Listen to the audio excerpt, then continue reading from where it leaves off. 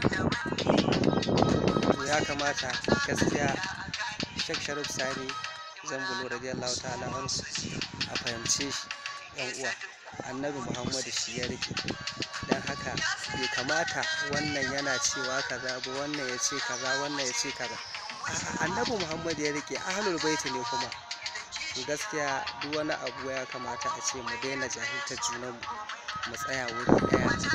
Ai ko Kiristan ya ce Annabi Muhammadu yake faɗan Annabi Muhammadu yanda yake faɗansa, to ya kamata kai in dai san shi kake ka so shi, ya kamata wallahi.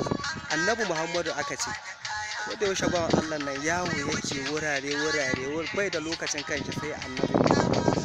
To alhamdulillah ni dai da Allah ya fahimtar da ni ba na zargin sa da komai. Duk abin da yake yi dan a tashi a su Annabi Muhammadu, irin yanda Maulan mu Shehu Ibrahim haka Shehu Sa'ad yake nuna mana.